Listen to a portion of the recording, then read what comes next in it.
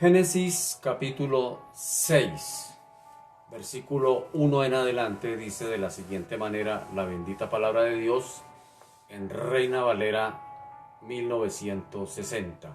Génesis capítulo 6, versículo 1. Dice de la siguiente manera la bendita palabra del Señor. Aconteció que cuando comenzaron los hombres a multiplicarse sobre la faz de la tierra, y les nacieron hijas, que viendo los hijos de Dios, que las hijas de los hombres eran hermosas, tomaron para sí mujeres, escogiendo entre todas. Y dijo Jehová: no contenderá mi espíritu con el hombre para siempre, porque ciertamente él es carne, mas serán sus días 120 años. Había gigantes en la tierra en aquellos días, y también después que se llegaron los hijos de Dios a las hijas de los hombres y les engendraron hijos, estos fueron los valientes que desde la antigüedad fueron varones de renombre. Génesis capítulo 6, versículo 5. Y vio Jehová que la maldad de los hombres era mucha en la tierra, y que todo designio de los pensamientos del corazón de ellos era de continuo solamente el mal. Génesis capítulo 6, versículo 6. Y se arrepintió Jehová de haber hecho hombre en la tierra, y le dolió en su corazón. Y dijo Jehová: raeré de sobre la faz de la tierra a los hombres que he creado, desde el hombre hasta la bestia y hasta el reptil, y las aves del cielo, pues me arrepiento de haberlos hecho. Pero Noé halló gracia ante los ojos de Jehová. Estas son las generaciones de Noé. Noé, varón justo, era perfecto en sus generaciones, con Dios caminó Noé. Y engendró Noé 3 hijos, a Sem, a Cam y a Jafet. Génesis capítulo 6, versículo 11. Y se corrompió la tierra delante de Dios, y estaba la tierra llena de violencia. Y miró Dios la tierra, y he aquí que estaba corrompida, porque toda carne había corrompido su camino sobre la tierra. Dijo pues Dios a Noé: he decidido el fin de todo ser, porque la tierra está llena de violencia a causa de ellos, y he aquí que yo los destruiré con la tierra.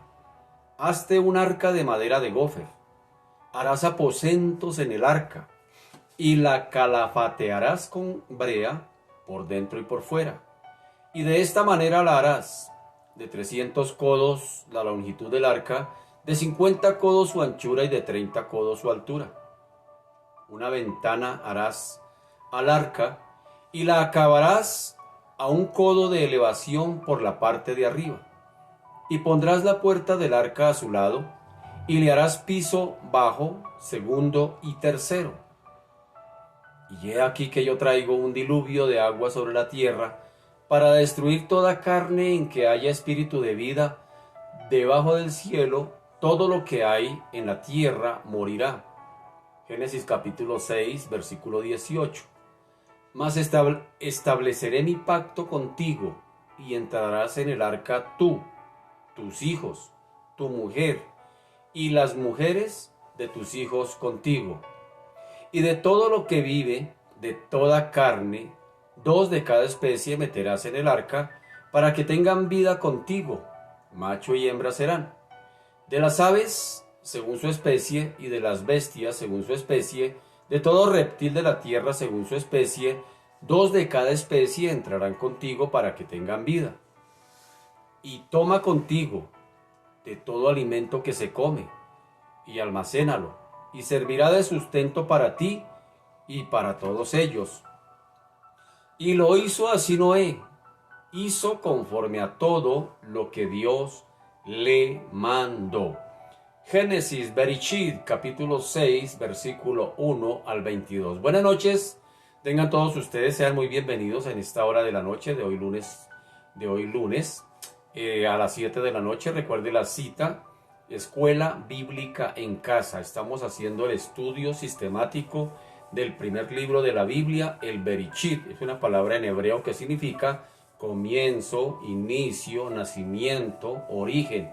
Así que en este libro es donde prácticamente se habla del inicio de todas las cosas creadas y aún de las mismas actitudes que tiene el ser humano hacia Dios. Es decir, aquí comienza el pecado, aquí comienza la desobediencia, aquí comienza la rebeldía, es decir, comienza la familia, comienza el primer asesinato, que ya lo vimos que inclusive comienza alrededor o en el marco de una familia. Su hermano Caín mató a Abel. Bien, estamos en el marco del capítulo 6 iniciando y aquí vamos a ver un pequeño bosquejito, vamos a ver tres temas importantes acá en este capítulo 6 del Evangelio, no, sino del libro de Génesis, del capítulo 6. Vamos a ver tres temas importantes. Primero, las causas del diluvio. ¿Qué fue lo que causó el diluvio? Lo segundo que vamos a ver, la liberación que Dios proporciona ante el juicio del diluvio. Me llama la atención esta parte donde el Señor determina lanzar un juicio, pero también proporciona una salida. ¿Qué quiere decir esto? Que Dios siempre, antes de cualquier juicio, siempre da una advertencia a los seres humanos. Dios es tan justo que nunca imparte uno de sus juicios sin antes advertir a los seres humanos y darles una oportunidad. Así que eso también lo vamos a ver. Y lo tercero que encontraremos aquí en este capítulo 6 son las instrucciones que Dios le da a Noé para la construcción del arca y cuáles son los pasajeros que tiene que meter dentro de esta arca. Así que comencemos, vamos a mirar las causas del diluvio. Así que en este capítulo 6 vemos no solamente el diluvio, sino también las razones por las cuales se hace o Dios imparte este juicio sobre los seres humanos. Verso 1 y verso 2 dice: aconteció que cuando comenzaron los hombres a multiplicarse sobre la faz de la tierra y les nacieron hijas. Oigan, hoy tengan en cuenta estos conceptos. Aconteció que cuando comenzaron los hombres a multiplicarse sobre la faz de la tierra y les nacieron hijas, que viendo los hijos de Dios que las hijas de los hombres eran hermosas, tomaron para sí mujeres, escogiendo entre todas. Así que aquí el asunto de los hijos de Dios y las hijas de los hombres es una cuestión abocada a una discusión sin fin. Es decir, hay mucha conjetura acerca de esta expresión hijos de Dios e hijas de los hombres. Hay muchas posturas, es decir, algunos dicen, hay unas personas que dicen y que creen que cuando se habla aquí de hijos de Dios, la referencia se está haciendo a ángeles. Sin embargo, si estos fueran buenos ángeles, si fuesen ángeles y si fueran buenos ángeles, pues tal vez no habrían cometido ese pecado y por otra parte, ángeles malos nunca habrían podido haber sido designados como hijos de Dios. Así que pues podríamos decir que queda descartada la posibilidad de que aquí esté hablando propiamente de ángeles. Así que otros asumen también, hay otra postura dice o asume que aquellos hijos eran gigantes, porque dice el texto que había gigantes en la tierra. Trataremos pues este asunto de los gigantes cuando lleguemos en el versículo 4 de este capítulo 6. Hablaremos un poquito más acerca de estos personajes, porque hay otra postura. Bueno, hay varias posturas. Unos dicen que los hijos de Dios y las hijas de los hombres, cuando dice que hijos de Dios, hace referencia a ángeles. Otra postura dice que hace referencia a gigantes, entonces que las hijas de los hombres se mezclaron con gigantes. Otros dicen que se mezclaron con ángeles, pero vamos a ir desarrollando. Entonces lo primero que podríamos decir es que, aunque hay muchas posturas, pues si fuesen ángeles buenos, ya dijimos que no podría caber dentro de esa posibilidad, porque eso sería un pecado para los ángeles mezclarse con las mujeres. Y si fueran ángeles malos, por decirlo de alguna manera, porque también recuerde que a estas alturas ya hay ángeles caídos, ya Satanás se ha rebelado contra Dios y ha sido también y se ha cargado una grande legión de ángeles, que son los ángeles caídos o demonios que llamamos. Y si fuesen esa clase de ángeles que se hubieran mezclado con las mujeres, pues sería muy difícil que la Biblia dijera que son hijos de Dios. Entonces esa posibilidad queda descartada. En cuanto a la posibilidad que se habla en el versículo 4 que son gigantes de la tierra, repito, lo vamos a desarrollar ahorita cuando lleguemos a este versículo. Por el momento le damos el versículo 3, por el momento. Dice, y dijo Jehová, no contenderá mi espíritu con el hombre. No contenderá mi espíritu con el hombre para siempre, porque ciertamente él es carne, mas serán sus días 120 años. Así que creemos aquí que Noé predicó más o menos por unos 120 años y durante ese periodo el Espíritu de Dios estuvo aquí esforzándose en comunicarse con los hombres para que estos se volviesen a Dios. ¿Sí nota? Porque la expresión que dice acá el texto es que dice el Señor, el mismo Señor dice, no contenderá más mi espíritu con el hombre. Queriendo decir, ¿se acuerda que Jesús dijo que cuando viniera el Espíritu Santo a la tierra convencería, sería el Espíritu Santo quien convencería al hombre de pecado, de justicia y de juicio? Esa es una tarea del Espíritu Santo. Pues mire que aquí ya vemos una clase de evangelismo donde Dios mismo es el evangelista. El Espíritu de Dios mismo desde los tiempos de Noé ya está evangelizando, ya está convenciendo a los seres humanos a que se vuelvan a Él. Es decir, el apóstol Pedro lo relató con más claridad. Mire cuando Pedro dijo allá en Primera de Pedro, capítulo 3, anote allí, tome apuntes que yo le doy los textos, se los leo, pero usted tome la nota allí en los textos para que después los coteje con más calma. Primera de Pedro 3, 18 y 19 dice, porque también Cristo padeció una sola vez por los pecados, el justo por los injustos, para llevarnos a Dios, siendo a la verdad muerto en la carne, pero vivificado en espíritu. El versículo 19 dice, en el cual también fue y predicó a los espíritus encarcelados. ¿A qué está haciendo referencia de esos espíritus encarcelados? Pues fue allá, en los tiempos de Noé, cuando el Espíritu de Dios se esforzaba para atraer a los hombres hacia sí mismo.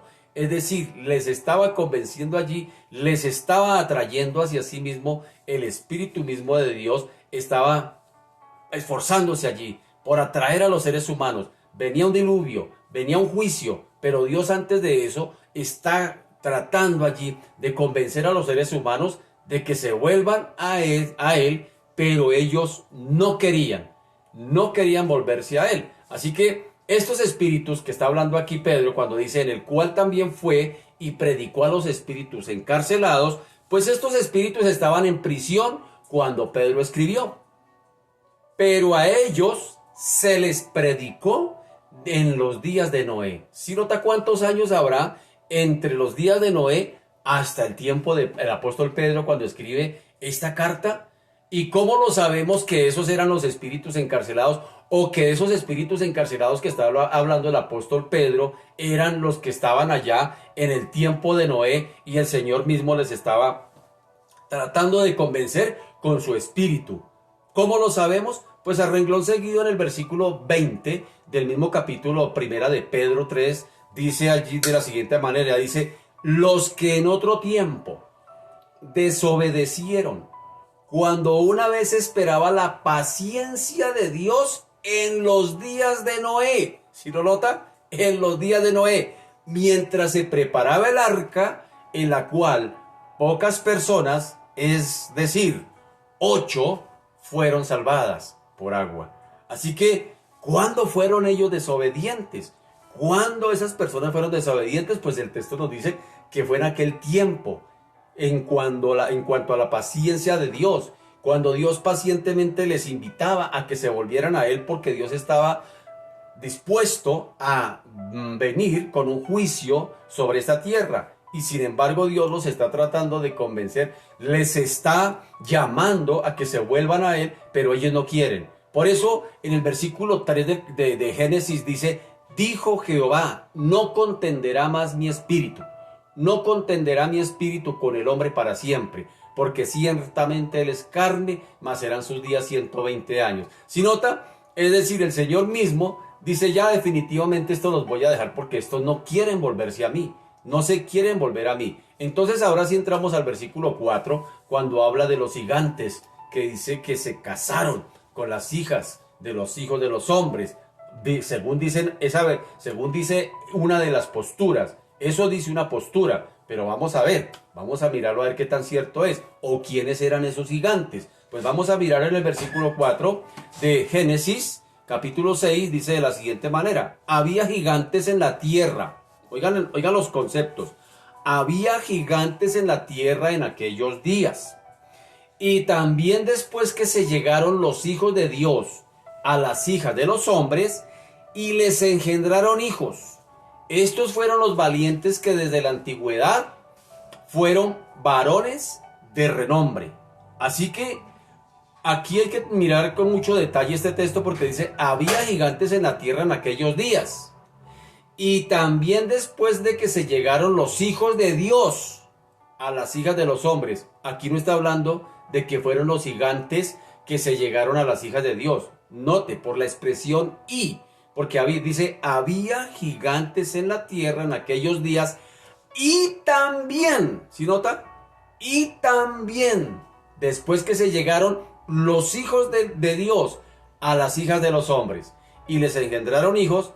Estos fueron los valientes que desde la antigüedad fueron varones de renombre. Así que dice que había gigantes en la tierra en aquellos días, pero no afirma que fuesen los descendientes de los hijos de Dios y las hijas de los hombres. No está explicando eso, porque el texto dice: y también después que los hijos de los hombres se engendraron, se llegaron a las hijas a las hijas de los hombres y les engendraron hijos. Pero no está hablando de los gigantes, sino que dice: estos fueron los valientes que desde la antigüedad fueron varones de renombre. Si nota, aquí hay dos conceptos, aquí hay dos verdades totalmente diferentes. Había gigantes en la tierra en aquellos días. Explica aquí el texto. Dice: y también, es que aquí la expresión y también, porque podría decir: había gigantes en la tierra en aquellos días, después que se llegaron a los hijos de Dios, de Dios, o se llegaron a las hijas de los hombres. Pero no está diciendo, está separado por la expresión y también. Y también, cuando se habla de y también, quiere decir que había otro grupo. Había un grupo de gigantes, sencillamente, que se cree que eran descendientes que estaban desde la antigüedad. Pero la Biblia está diciendo que ellos eran valientes. Dice: estos son los valientes que desde la antigüedad fueron varones de renombre. Entonces hay una claridad allí. Así que el relato aquí aclara que definitivamente los gigantes estaban en la tierra. O sea que había una población formada por personas diversas. Génesis es un libro de genealogías, recordémoslo. Es un libro de familias. Los hijos de Dios constituyen la línea divina. Óigame bien, los hijos de Dios constituyen la línea divina que desciende de Adán a través de Set. ¿Se acuerda el reemplazo de Abel? Pues Set es el reemplazo de Abel, aquel hermano que mató a Caín. Caín mató a Abel y después, al poco tiempo o a los días, nos dice que Adán conoció a Eva, su mujer, y le nació otro hijo llamado Set. Set es el reemplazo de Abel. Así que de esa línea es que provienen los hijos de Dios, mientras que las hijas de los hombres pertenecen a la línea de Caín. Hay dos líneas aquí. Lo que tenemos en este caso es que estas dos líneas se entremezclaron, es decir, por matrimonios mixtos, es decir, entre la descendencia de los hijos de Dios y la línea perteneciente a los hijos de Caín. Se entremezclan esas dos líneas allí, hasta que finalmente hasta que finalmente toda la línea se corrompió. Aunque no totalmente, pues hubo de pronto algunas excepciones.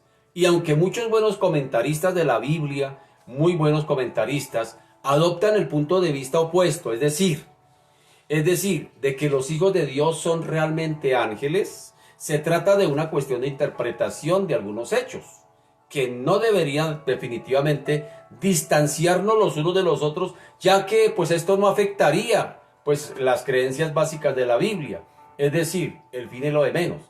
¿Cuál era entonces la condición de la tierra antes del diluvio? Lo que nos llama aquí la atención. ¿Cuál era la condición de esta tierra? ¿Qué hizo que Dios definitivamente enviase el juicio a través de un diluvio, pues a continuación se describe la condición de la familia humana que ya habitaba la tierra, ya estaban en la tierra. ¿Qué pasa en el versículo 5 al versículo 7 de Génesis capítulo 6?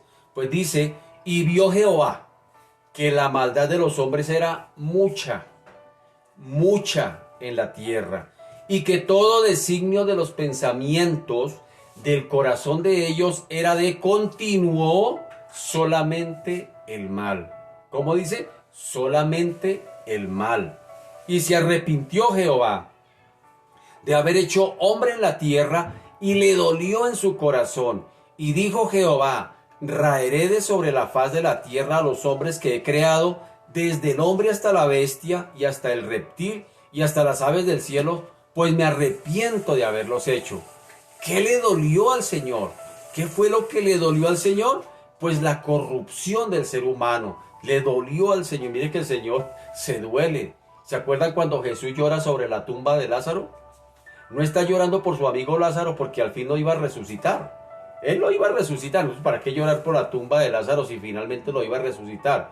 Llora el Señor al ver cómo el pecado ha tenido tanto alcance en los seres humanos, que recuerde que Lázaro llevaba 4 días de muerto y fuera de eso olía. Hedía, dice Marta, ya hiede, está putrefacto. El proceso de putrefacción ha comenzado en nuestro hermano Lázaro, huele a podrido. Así que ¿para qué vamos a quitar la piedra? Y sin embargo el Señor llora al ver ese cuadro, ese espectáculo allí, que no es otra cosa más que la consecuencia que el pecado ha traído sobre la raza humana. Es decir, aquel hombre, aquel ser humano que Dios había creado aquí en el Bereshit, en el Génesis, cuando el Señor dijo, y el Señor creó al hombre a su imagen y semejanza, a su imagen y semejanza. Así que la imagen de Dios todavía permanece en el ser humano, aunque distorsionada por el pecado. Es decir, todos los seres humanos, todos sin excepción, todos por más pecadores que sean los seres humanos, traemos la imagen de Dios. Esa no será quitada. Todos la traemos, aunque esté distorsionada por el pecado. Sin embargo, en Cristo esa imagen es regenerada. Yo lo he dicho de esta manera, lo he enseñado en algunos casos. He dicho acerca de la imagen de Dios, que es la palabra gen y reflejo, ima, que significa imagen, es decir, imagen que cuando Dios creó al hombre, lo generó a su imagen. Pero el hombre por el pecado se degeneró. Pero en Cristo lo regeneró. ¿Sí nota? Entonces ahí jugando con esa palabra gen, vemos las tres cosas. Generado a imagen de Dios, degenerado por el pecado, pero regenerado en Cristo los seres humanos. Entonces eso es lo que Dios ve. Le duele en su corazón ver el alcance de la mala decisión que el hombre ha tomado de darle la espalda a Dios, y cómo el pecado ha llevado un alcance al ser humano al punto de destruirlo. Le duele en el corazón al Señor, le duele la corrupción del ser humano. Es como si Dios hubiese cambiado de idea y tuviese la intención de remover definitivamente de la tierra al hombre, porque dice que se arrepintió de haber hecho al hombre en la tierra. Esta fue una manera de expresar el desagrado de Dios por la maldad del hombre. Pero aunque Dios se afligió, aunque sintió un dolor insoportable por el pecado del hombre, lo bonito de todo fue que no lo destruyó. La misericordia de Dios, la gracia de Dios. A continuación veremos ahora la liberación de Dios ante el juicio de Dios. Es decir, ya vimos aquí la consecuencia. ¿Por qué Dios está determinando lanzar un juicio sobre los seres humanos? ¿Por qué? Ya dijimos que por la consecuencia del pecado del hombre, la maldad del hombre. Vio Dios que el hombre era malo, y sin embargo dijo a Dios que tendría que raerlo de la tierra, e inclusive a los mismos animales. Sin embargo, ahora Dios nos presenta un plan liberador, digámoslo de esta manera. Y es lo que vamos a mirar a continuación a partir del versículo 8 hasta el versículo 10. Dice, pero, oigan ese pero Noé halló gracia. Oigan eso. Pero Noé, ahí está la palabra gracia, aparece en el Bereshit. El principio de la palabra gracia aparece aquí. Pero Noé halló gracia ante los ojos de Jehová. ¡Qué tremendo! Estas son las generaciones de Noé. Noé, varón justo, dice la Biblia, era perfecto en sus generaciones. Con Dios caminó Noé y engendró Noé tres hijos, a Sem, a Can y a Jafet. ¿Por qué salvó Dios a Noé? Sería la pregunta. ¿Por qué se le ocurrió salvar Dios a Noé? Pues dice que halló gracia. Y aunque el texto nos dice que él era un varón justo, no porque tal vez no tuviera imperfección, porque recuerde que Noé, mi querido Noé, después de que salió allá del diluvio se fue a celebrar. El hombre se fue para la taberna y empezó a echarle vino al cuerpo, se embriagó el hombre, estaba feliz, estaba celebrando. Entonces, mire qué tremendo. No, entonces, ¿por qué no llama varón justo? ¿Por qué dice que era perfecto? Por el elemento que le da ese eslogan, por decirlo de alguna manera, a Noé, está aquí, cuando dice que halló gracia delante del Señor. ¿Qué nos dice eso a nosotros? Que el Señor no nos mira por lo bonitos que seamos, por lo simpáticos, por lo bien parecidos, por las cantidades de cosas que tenemos. El Señor nos mira a través de su gracia, nunca se lo olvide, de su gracia y de su misericordia. Por eso es que nos mira y nos aprueba. Y dice que él era perfecto y que caminó Dios con Noé. Si notan, caminó Dios con Noé. Así que solamente, o Dios, mejor, hagamos la pregunta de esta manera. ¿Sería que Dios salvó a Noé solamente por el hecho de que caminó con él? ¿De que caminó con Dios? ¿Por eso lo salvó? Pues por un lado, sí. Por un lado, sí. Pero también se nos dice, óigame bien, también se nos dice por allá en Hebreos, capítulo 11, versículo 7, acerca de Noé. ¿Qué dice? Por la fe, Noé, cuando fue advertido por Dios acerca de cosas que aún no se veían, con temor preparó el arca en que su casa se salvase, y por esa fe, oigan eso, y por esa fe condenó al mundo y fue hecho heredero de la justicia que viene por la fe. Aquí hay muchos elementos que no me voy a poner a explicarlos, pero aquí hay varios elementos. Lo que quiero resaltar aquí es que se requería fe para preparar aquella embarcación sobre la tierra seca. Yo me imagino el cuadro cuando el Señor llama a Noé. Y algo que quiero hacer un pequeño paréntesis es que siempre que Dios va a intervenir en esta humanidad y su intervención es sobrenatural, siempre usará de personas naturales, como en este caso. Dios había determinado raer de la tierra a los seres humanos porque son malos, y sin embargo el Señor llama a Noé, llama a un ser humano. Oiga, ¿qué le dice esto? Cuando Moisés iba por el desierto y el pueblo empezó a murmurar contra Moisés, el Señor les mandó serpientes que las picasen. Pero inmediatamente empezaron a ser mordidos por serpientes. El Señor le dijo a Moisés: levante una serpiente y póngala en un asta para que todo aquel que sea picado y mire la serpiente no se muera. ¿Saben, hermanos queridos, que el Señor vino a salvar a los seres humanos y se hizo hombre también? Se encarnó como hombre. Hay muchos elementos acá. Así que se requería de fe para preparar, esta embarcación sobre la tierra. Llamó a Noé, a un hombre. Iba a exterminar a los hombres, pero el Señor llamó a un hombre para que empezara a ponerse en las manos del Señor para lo que el Señor había determinado hacer. Qué bueno esto acá, ver que el Señor siempre que va a obrar de maneras sobrenaturales sobre esta tierra, se usa de personas naturales. Yo no sé qué milagros vaya a hacer el Señor en su casa, en su vida. De pronto lo va a usar a usted. De pronto usted es el candidato que el Señor quiere usar allá en el lugar donde usted está. Algo irá a hacer el Señor en medio de tantas situaciones y quiere usar a su iglesia. Mostrar el poder sobrenatural a través de personas naturales. Cierro ese paréntesis acá. Entonces, se requería fe para aquella embarcación, para preparar esa embarcación empezar a hacerla sobre la tierra seca, porque no había agua, estaban tal vez en un verano tremendo, y sin embargo el Señor está diciendo que va a hacer llover, cuando ni siquiera lloviznaba. En este mismo capítulo de Hebreos se nos dice que fue por la fe también que Enoc fue trasladado fuera de este mundo por Dios. Mire que Enoc fue otro de los hombres que caminó con Dios. Enoc. Y sin embargo, dice que fue trasladado de una manera sobrenatural fuera de este mundo. Algunos también podríamos decir acá, algunos intérpretes, estudiosos, teólogos de la Biblia, asocian el rapto de Enoc con el rapto de la iglesia. Bueno, creámosle también, puede ser también.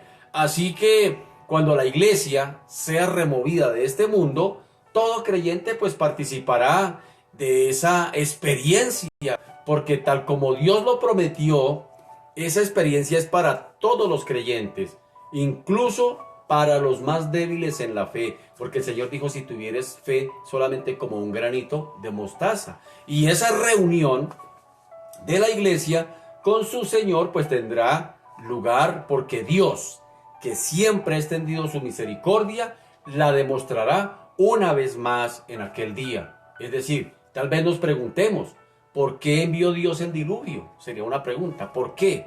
¿Por qué Dios permitió que hubiese un diluvio? Bueno, el versículo 11 y el versículo 12 dice, y se corrompió la tierra delante de Dios. Y estaba la tierra llena de violencia. Permítame leer de nuevo, verso 11. Y se corrompió la tierra delante de Dios. Y estaba la tierra llena de violencia. Miren, los tiempos de Noé. Y miró Dios la tierra. Y he aquí que estaba corrompida, porque toda carne había corrompido su camino sobre la tierra. Mire que se corrompió la tierra porque el ser humano es corrompido. O sea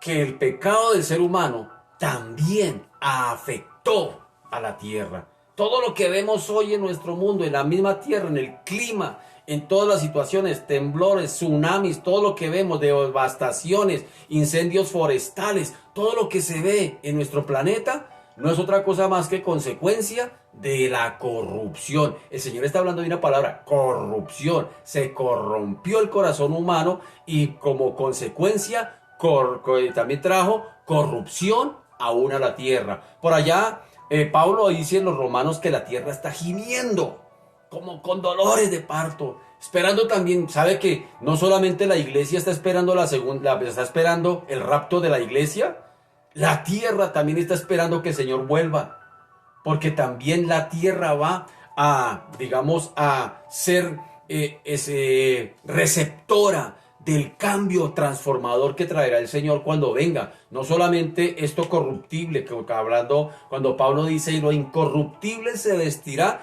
de incorrupción, tal vez no solamente se está refiriendo a los seres humanos, también se está refiriendo a los animales, también se está refiriendo a la misma creación, a la misma tierra. Es decir, todo lo que fue infectado por causa del pecado del ser humano, cuando Cristo venga, todo eso va a sufrir un cambio positivo. Es decir, todo va a volver a su orden, así como era en el principio. ¿Y cómo era en el principio? Y vio Dios que todo lo que había creado era bueno, very good, bueno y en gran manera, dijo el Señor. Y eso volverá a su estado normal. Un día volverá todo esto a su estado normal. Así que el hombre había corrompido los planes de Dios. ¡Qué tremendo! ¡Qué tremendo! Y estaba siguiendo su propio camino, de acuerdo con su propia voluntad. Dios le había dado un plan de vida, pero el ser humano hizo añicos el plan de vida que Dios le dio y creó su propio plan de muerte, plan de corrupción y plan de destrucción. Así que se había apartado el ser humano del propósito para el cual Dios lo había diseñado, para el cual Dios lo había creado. Entonces es cuando el Creador anuncia un juicio. Verso 13. Dijo pues Dios a Noé. ¿Sí nota cómo está Lo que decía hace un momento, que Dios cuando quiere intervenir en su mundo, en su creación, cuando quiere intervenir, ¿sí nota cómo involucra a seres humanos? Mire que aquí está involucrando a Noé. Dijo pues Dios a Noé: he decidido el fin de todo ser, porque la tierra está llena de violencia a causa de ellos, y he aquí que yo los destruiré con la tierra. Esto yo lo llamo aquí cuando Dios le muestra a alguien lo que él está por hacer, simplemente es la invitación que Dios le está haciendo a ese alguien para involucrarlo dentro de lo que él quiere hacer. Cuando Dios quería liberar al pueblo de Israel de Egipto, le invitó a Moisés, pero antes le reveló lo que él estaba a punto de hacer. Le dijo: he oído el clamor de mi pueblo y he querido liberarlos. Vaya usted, mi querido Moisés. Aquí el Señor no está contándole a Noé simplemente lo que él piensa hacer para distraer la atención de Noé, o para entretener a Noé, o para que Noé se asombre o se admire o se maraville. No, cuando Dios revela algo de sus propósitos y sus caminos, siempre esa revelación, óigame bien, será una invitación que hace el Señor, y esa invitación demanda que sencillamente se compruebe de qué calibre está hecha nuestra fe para creer en lo que Dios dice que está haciendo y va a hacer, y ponernos en sus manos para que haga a través de nuestras vidas lo que Él dice que hará. ¡Qué tremendo! ¡Qué tremendo! A veces nosotros nos perdemos tantos privilegios de ser instrumentos útiles en las manos del Señor de una manera sobrenatural porque no le creemos. Por eso Hebreos lo leí. Hebreos dice que por la fe, el elemento, esa fe dice que condenó al mundo. Por la fe empezó el hombre con sus palitos. Yo me imagino a Noé, si en esa época no había electricidad, ¿cómo haría para cortar las sierras? ¿Cómo haría para cortar en los palos? ¿Cómo haría? Yo me imagino si no había electricidad, ni había sierra, ni había cosas de ese tipo. ¿Ah? Qué tremendo, se requiere de fe. Porque Dios siempre mandará a hacer cosas tamaño Dios, tamaño gigante, tamaño Dios. Así como Él es grande, siempre manda a hacer cosas tamaño grande a través de personas comunes y corrientes. Ahí es donde se determina si verdaderamente le creemos a Dios lo que Él dice que es y que hará lo que dice que hará. Entonces miren que aquí el Señor está llamando a Noé, pero hay que tener en cuenta que no solamente le está contando: oiga Noé, venga, nos tomamos un tinto y le cuento una cosa. No, sencillamente cuando el Señor le quiere contar algo es porque lo quiere involucrar. ¿Qué nos dice eso a nosotros? Que a veces nosotros decimos: Señor, háblame, háblame, háblame. ¿Para qué quieres que el Señor te hable? Si lo mínimo que el Señor pide de nosotros cuando pedimos que nos hable, lo mínimo que nos demanda es obediencia. Porque siempre que el Señor te hable, hermano, algo te va a mandar a hacer. Algo te mandará a hacer. Y le tengo otra noticia. Y por lo general, lo que te manda a hacer será algo que tú no querrás hacer, o que parecerá que eso que te está mandando a hacer el Señor te va a aplastar. Por eso necesitamos de Dios. Y Jabes, otro personaje, Primera de Crónicas, dijo: Señor, que tu mano esté conmigo, ensancha mi territorio, bendíceme, pero que tu mano esté conmigo, porque todo esto que tú me demandas hacer, si tu mano no está conmigo, me va a aplastar. Yo no podré hacerlo solo, necesito de ti. Bueno, eso tiene ahí que cierro otro paréntesis ahí. Me estoy yendo en solo paréntesis, pero quería hacer esta aclaración aquí. Así que, después de que en el versículo 13 dice: dijo pues Dios a Noé: he decidido el fin de todo ser, porque la tierra está llena de violencia a causa de ellos, y he aquí que yo los destruiré con la tierra. Dios iba a enviar un diluvio. Y mencionemos algunos motivos para ese castigo. Cuando Adán y Eva pecaron, ¿cuáles son los motivos? Primero, cuando Adán y Eva pecaron, Dios prometió un redentor. Dijo que un Salvador vendría a la tierra. En Génesis 3:15 encontramos la primera promesa, no hecha al hombre, sino hecha a la serpiente. Dice: y pondré enemistad entre ti y la mujer, y entre tu simiente y la simiente suya. Esta te herirá en la cabeza, y tú le herirás en el calcañar. ¿De qué está haciendo referencia? De Cristo. Y dice Génesis 3:21, en el mismo capítulo 3 de Génesis, en el versículo 21, dice: y Jehová Dios hizo al hombre y a su mujer túnicas de pieles y los vistió. Si les hizo túnicas, ¿se acuerda que ellos quisieron taparse con hojas de higuera? Y el Señor les dijo, eso tipifica las buenas obras y la religión del hombre para querer taparse delante de Dios o justificarse delante de Dios. Y el Señor dijo, no, el hombre no se justificará. Yo mismo voy a proveer para que sencillamente mi justicia sea suplida. Y Isaac en el monte preguntó, papito, ¿y dónde está el cordero para el sacrificio? Y Abraham le contesta a Isaac, el Señor no dijo nos, se proveerá de cordero. Es decir, lo que demanda la justicia de Dios por la desobediencia del hombre, que es muerte sobre el pecado, Dios mismo se suple su justicia. Por eso envió a su hijo a morir en una cruz. Por eso aquí tipifica que cuando Él les hace túnicas de pieles a Eva y a Adán, sencillamente para sacar las pieles, pues ¿de dónde las sacarían? ¿De dónde sacarían las correas? ¿De dónde sacarían las pieles? Un animalito tuvo que haber sido muerto, un inocente por culpa de esos culpables. ¡Qué tremendo! Dios, y eso era tipo de Cristo. Así que Dios había provisto un sacrificio para Adán y Eva, y aquel gran principio eterno fue anticipado por Caín y Abel. ¿Se acuerdan la ofrenda de Caín? ¿Se acuerdan la ofrenda de Abel? Que Abel estaba, por eso también en Hebreos 11, donde están los héroes de la fe, también se le está hablando de que Abel llevó una mejor ofrenda que Caín por la fe. Es decir, cuando Abel se acerca con las ofrendas delante de Dios, está mirando a Cristo, está mirando a futuro, está mirando a través, o mejor, en la esperanza de un redentor que vendría. Es decir, Abel se presenta indigno, dice, yo soy indigno de presentarme delante de Dios, pero me acerco a ti con esta ofrenda, porque esta ofrenda que te presento tipifica al redentor que vendrá más adelante, el Mesías esperado,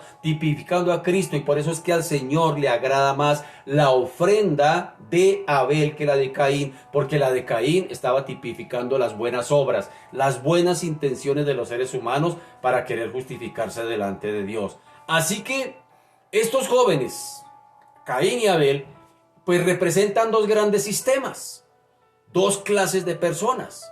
Por un lado, los perdidos y los salvados.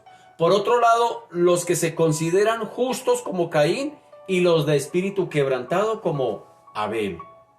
Los que profesan de modo formal como Caín, pero también los creyentes genuinos como Abel.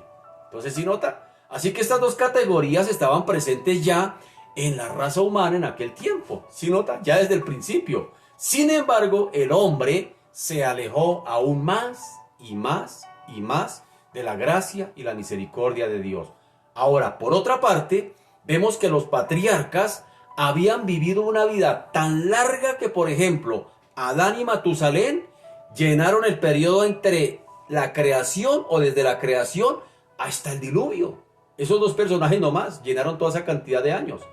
Por lo que el patriarca Enoc predicó y profetizó durante dicho periodo de tiempo. ¿Dónde lo sabemos? En Judas, único capítulo, versículo 14 y 15 dice: de estos también profetizó Enoc, séptimo desde Adán, diciendo: he aquí vino el Señor con sus santas decenas de millares, para hacer juicio contra todos y dejar convictos a todos los impíos de todas sus obras impías que han hecho impíamente, y de todas las cosas duras que los pecadores impíos han hablado contra él. Así que también se nos dice que Noé también predicó. No solamente no, sino también Noé predicó en su época. Dice que mientras estaba construyendo el arca, segunda de Pedro capítulo 2, versículo 5, dice: y si no perdonó al mundo antiguo, sino que guardó a Noé, pregonero de justicia, con otras 7 personas, trayendo el diluvio sobre el mundo de los impíos. Así que cuando Enoc desapareció, ¿se acuerda que fue raptado? Cuando él desapareció, semejante acontecimiento, óigame bien, debería haber puesto sobre aviso a la gente de aquel tiempo de la intervención de Dios en los asuntos de ellos. acerca de sus pecados. De la misma manera, todos también conocieron la vida de Matusalén. ¿Por qué? Y el significado de su nombre. La semana pasada hablábamos del significado del nombre de Matusalén. Significa enviado delante. Enviado delante. Así que, ¿qué es lo que sería enviado delante? Pues el diluvio. Así que mientras Matusalén viviese, el diluvio no vendría. Así que cuando Matusalén muere, la gente de ese entonces, la gente de aquella época, debieron haber sabido que vendría un diluvio. O sea, hay varias formas, Matusalén, Enoc, el mismo Noé, que están anunciando, que están profetizando, que están predicando, que están avisando. El mismo Dios inclusive dijo, ya no contenderá más con mi espíritu, no contenderá más contra el espíritu del hombre. Es decir, predicadores como Dios mismo, Noé, Enoc, Matusalén, todos estos predicándole a la gente para que se vuelvan al Señor y todavía no se volvían al Señor. ¡Qué tremendo! Dijo Dios, finalmente también estaba el Espíritu de Dios, ya lo dije. Dice el versículo 3, y dijo Jehová, no contenderá mi espíritu con el hombre, para siempre. Porque ciertamente él es carne, mas serán sus días 120 años. Así que según hemos leído, el espíritu no estaría presionando al ser humano. No lo estaría presionando. Dijo el Señor, no contenderá más mi espíritu con el hombre. El hombre rechazó totalmente y definitivamente a Dios y él envió sobre la tierra pues el juicio del diluvio. ¿Sí nota? Pero hubo oportunidades. Noé, Enoc, Matusalén, el mismo Dios, todos hablándole a la gente, y la gente no quiso aceptar. ¿Qué dice allá entonces? ¿Cómo? O sea, podemos aquí definitivamente mejor afirmar que toda la raza humana se ha apartado de Dios. Definitivamente, como bien lo propone el apóstol Pablo en Romanos, capítulo 3, versículo 11, donde él dice, no hay quien entienda, no hay quien busque a Dios. Qué tremendo el corazón del ser humano. Así que, aunque hubo unos pocos, Noé y su familia, que creyeron en Dios, aquí tenemos a un hombre que anduvo con Dios. ¿Sí? Algunos poquitos. Qué tremendo. Muy poquitos creyeron definitivamente en Dios. Qué tremendo es eso. Así que vemos aquí definitivamente que Noé confió en Dios. Confió en Él. Estuvo dispuesto inclusive a arriesgarse, a construir una nave en una tierra seca, en contra toda la razón. Y imaginémonos, por ejemplo, si las lluvias no hubieran llegado, con toda seguridad se había convertido en el hazmerreír de aquella comunidad. Y muy seguramente ese fue su ministerio durante 120 años, el hazmerreír de la gente. Pero él creyó a Dios, él le creyó a Dios. Y existe una notable semejanza aquí entre la época de Noé y en nuestros tiempos. Qué tremendo, la gente todavía sigue siendo necia, obstinada, cegada a no querer creer en el Señor. Todavía hay burlas, todavía la gente todavía se advierte por un lado, se advierte por otro, y la gente todavía como en los tiempos de Noé. Pero bien lo advirtió el mismo Señor Jesucristo. Ahora aquí el Señor le da unas instrucciones a Noé para la construcción del arca. Dice el versículo 14, hazte un arca de madera de gofer. Harás aposentos en el arca y la calafatearás con brea por dentro y por fuera. Así que la madera aquí escogida para esta embarcación es de gran resistencia y casi indestructible. La palabra utilizada para aquí aposentos incluye la idea de nido, porque eran animales lo que iban a meter. Algunos animales, por ejemplo, imagínense como el elefante, debieron necesitar de una habitación grande solamente para ellos. Otros tal vez requirieron mucho menos espacio. Dice además que el arca debía ser calafateada, es decir, impermeabilizada, sea que las junturas de las maderas de la nave debían estar cerradas con brea, impermeabilizadas con brea, para que resultasen impermeables, porque de todas maneras estaban entre el agua y no sé, para que el agua no les entrara. ¿Se imagina? Donde por una fisura le llegase a entrar el agua. ¿Qué dice el versículo 15? Y de esta manera la harás. De 300 codos la longitud del arca, de 50 codos su anchura y de 30 codos su altura. Así que aquí la imagen más popular que se tiene, o que tiene mucha gente acerca del arca, es la de una especie de casa flotante, una especie de crucero, por decirlo de alguna manera. Pero esta es más bien una caricatura, ya que en realidad, teniendo en cuenta las instrucciones para su construcción, debió ser una nave de considerable tamaño. Dice, le harás primer piso, segundo piso, tercer piso, y le harás aposentos. O sea que no era algo así muy como la gente tal vez lo imagina, como tal vez la gente cree que debe ser, por ahí como un crucero donde vamos a salir a pasear. No, puede surgir aquí la pregunta de cómo fue posible llevar a la práctica un proyecto de semejante envergadura. Pero debemos recordar también que las personas implicadas en esta obra no se parecían precisamente al hombre de las cavernas, sino que hubo un hombre inteligente a cargo de las obras, cuya inteligencia se transmitió seguramente sobre toda la raza. Es decir, eran gente que tenían sabiduría de parte de Dios a la cabeza de Noé, sino que también hubo Noé, por ejemplo. Noé no estaba construyendo algo así como un transatlántico capaz de resistir aquí el embate de las olas de gran tamaño. No, él no estaba construyendo ese tipo de nave, simplemente estaba diseñando un lugar de refugio para que seres humanos y animales sobrevivieran. Así que, ¿cuánto tiempo? Pues durante el largo periodo del diluvio, y no para que se enfrentasen o se tuvieran que hacerle frente, sí, a una gran tempestad.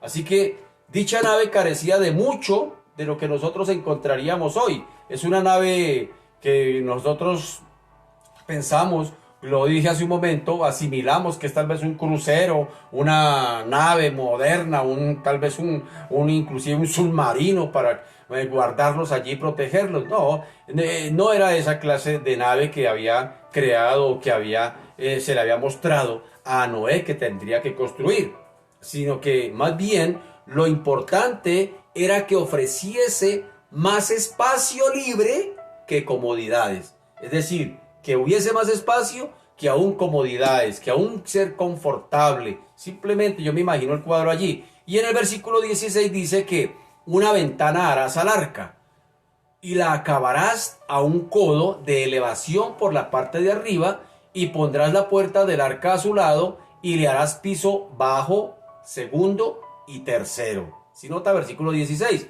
Así que imaginémonos por un momento el ambiente allí. ¿Qué ambiente había? El aire tal vez era pesado. El olor de tantos animales juntos por tantos días, imagínense allí. Por lo tanto, la ventana pues debió ser un poquito, ser bastante más que una pequeña abertura. Tuvo que haber sido una buena ventana. Y en cuanto a la puerta, el arca tenía una sola entrada.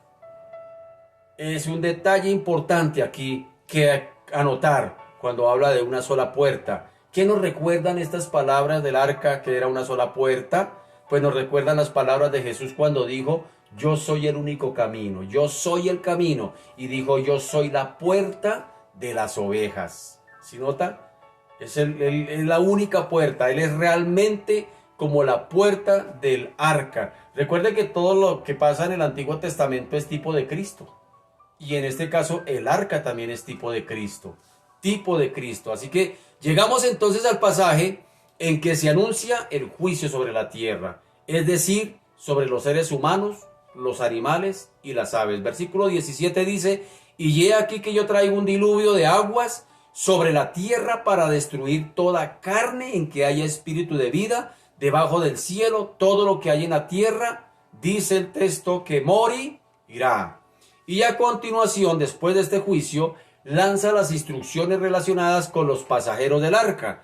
Dice: mas estableceré mi pacto contigo y entrarás en el arca tú, tus hijos, tu mujer, las mujeres de tus hijos contigo, y de todo lo que vive, de toda carne, 2 de cada especie meterás en el arca, para que tengan vida contigo, macho y hembra serán. De las aves según su especie, de las bestias según su especie, de todo reptil de la tierra según su especie, 2 de cada especie entrarán contigo para que tengan vida. ¿Sí nota? Así que Noé, podríamos pensar que Noé no tuvo problema o no tuvo que salir mejor a buscar a los animales y arriarlos para meterlos al arca. Uno se imagina cómo sería Noé empujándolos. No, él no tuvo que hacer esta clase de trabajo. Simplemente los animales vinieron a él. ¿Por qué? Siempre que los animales perciben el peligro, se acercan a los seres humanos. Yo no sé si usted haya notado de pronto cuando, por ejemplo, va a temblar. Cuando va a temblar uno ve que los animales tienen cierta, como que ellos olfatean y los animales, o algunos se echan, están inquietos, es decir, y como que avisan a los seres humanos de algo que va a suceder. Pues imagínense, está a punto de ocurrir allí un diluvio, pues los animales ya tienen esa percepción y los animales sencillamente, tal vez Noé no tuvo que salir a buscarlos, ellos llegaron allí, Noé lo único que tenía que estar era listo con la puerta abierta para que entraran. Así que eso mismo sucedió allá al acercarse el diluvio. Noé no tuvo problemas porque aquellos seres vinieron espontáneamente a él. Las instrucciones finales tenían que ver con la supervivencia en el arca. El Señor le dijo allí a Noé en el versículo 21 y en el versículo 22 le dijo: y toma contigo de todo alimento que se come y almacénalo y servirá de sustento para ti y para ellos. Y lo hizo así Noé. Hizo conforme a todo lo que Dios le mandó. ¿Qué hizo Noé? Conforme a todo lo que Dios le mandó.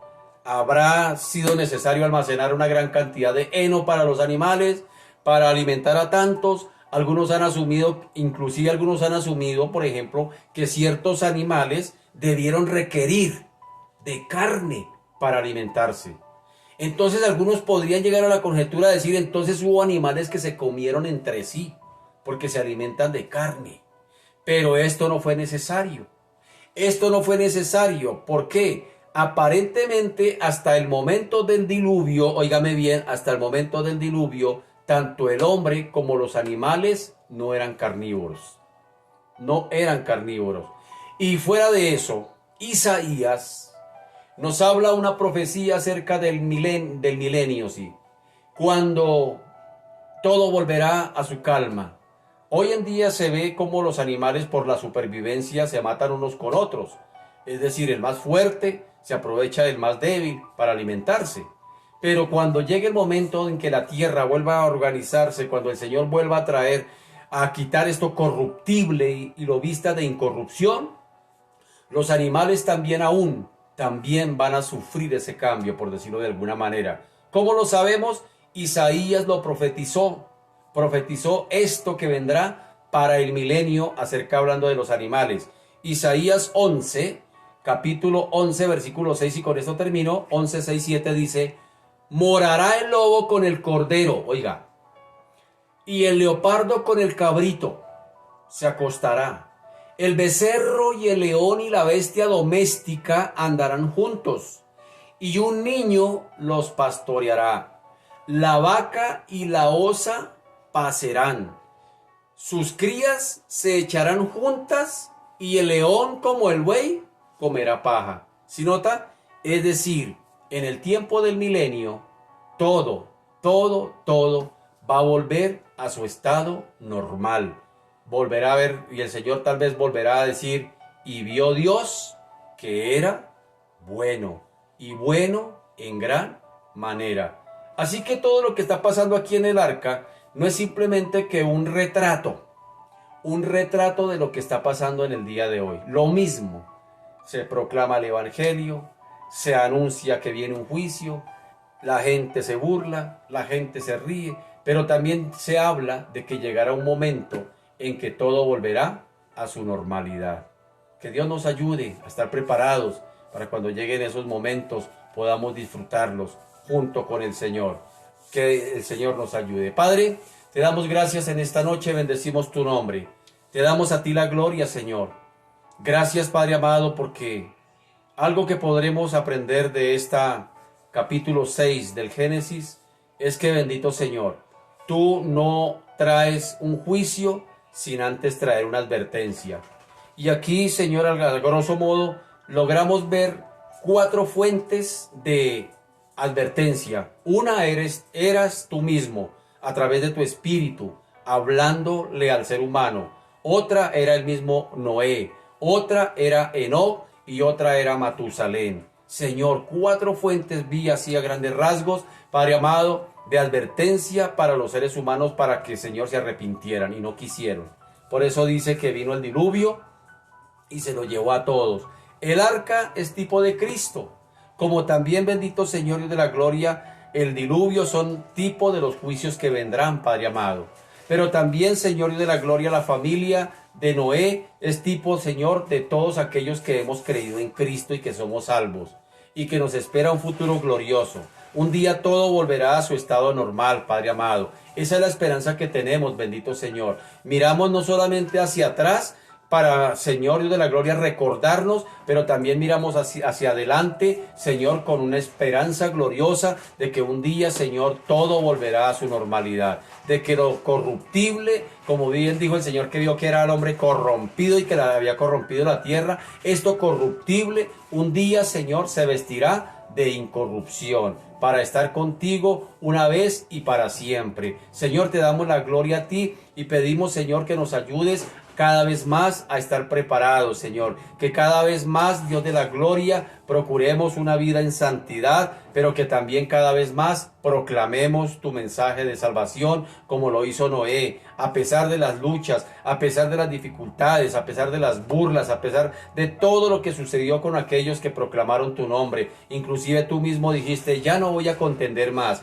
ya no le voy a rogar más al hombre, pues sabes que también va a llegar un día en que Dios ya no va a rogar más, ya no vendrá a Señor de la gloria a pedir, Padre amado, al ser humano que se convierta. Es decir, un día la gracia será quitada. Un día, Señor de la gloria, Padre amado, y vendrá juicio, Señor, sobre esta humanidad. Por eso, Señor, hoy oramos por tantos millones de habitantes sobre este planeta, bendito Señor, Dios de la gloria, Padre amado, que tal vez, Señor, ven como cuando tú regreses, lo ven como una caricatura, lo ven como un cuento, lo ven como una historieta, Padre amado. Espíritu Santo trae convicción de pecado, de justicia y de juicio sobre esta humanidad. Señor, te lo pedimos en esta hora, en el nombre de Jesús, y a ti te damos la gloria, Señor, por lo que estás haciendo, por lo que has hecho allá en la antigüedad, por lo que estás haciendo ahora y por lo que harás en un futuro, Señor, muy posible, no muy lejano. Señor, gracias te damos en el nombre de Jesús,